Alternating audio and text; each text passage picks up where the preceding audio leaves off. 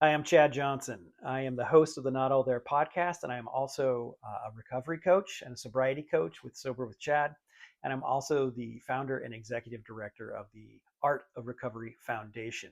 I'm also a recovering alcoholic and drug addict with over 11 years of sobriety and continuous recovery. And that is something that I'm very proud of. And that's something that is the most important aspect of my life. And you may ask, well, why would you say that? And I say that because if I wasn't sober and if I wasn't living a life of active recovery, I wouldn't be sitting here talking to you. I would probably be dead. No, I would be dead. I wouldn't have my amazing wife. I wouldn't have my two amazing, beautiful sons. I wouldn't have the beautiful community of sober people that I have in my life. And I wouldn't be able to share my story and give back to others the way that my life has been given back to me. And sobriety and recovery is amazing, and it's a lot of hard work.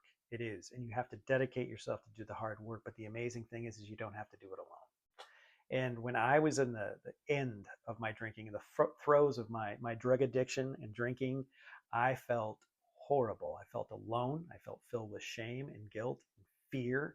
I thought I was the only one that felt like this. I had never felt so alone in my entire life until I finally reached out and found out that I wasn't alone. I wasn't at all. And that I didn't have to go through what I had to do to get sober and to get into recovery.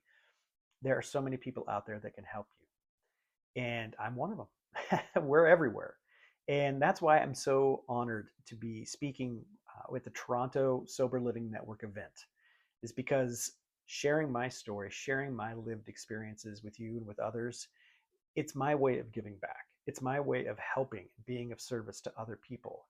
I have this sense of obligation to give back, to be doing the work that I am doing because I am so lucky and fortunate to have lived and survived and to be the person that I am and to know that yes, it is hard, but you don't have to do it alone. You don't. And you know, what's real exciting now is that I am in the Chicago area and I will be opening up, launching, whatever, kicking off, whatever you want to call it, starting the Chicago Sober Living Network. And I'm really excited and honored to be a part of this growing community because it is so, so important to get this message out. It's so, so important to be available and to make people aware, whether they need the help or they have someone in their life that they care about, a loved one, a neighbor, friend, coworker, whomever, that they know is struggling, but they don't know what to do. They don't know how to help. And sometimes just knowing that you're there, knowing that you can listen if they need to talk, that's huge. And so my story, it's a messy one. I'm going to be very open, very blunt, and very raw, as they say, when I talk this week.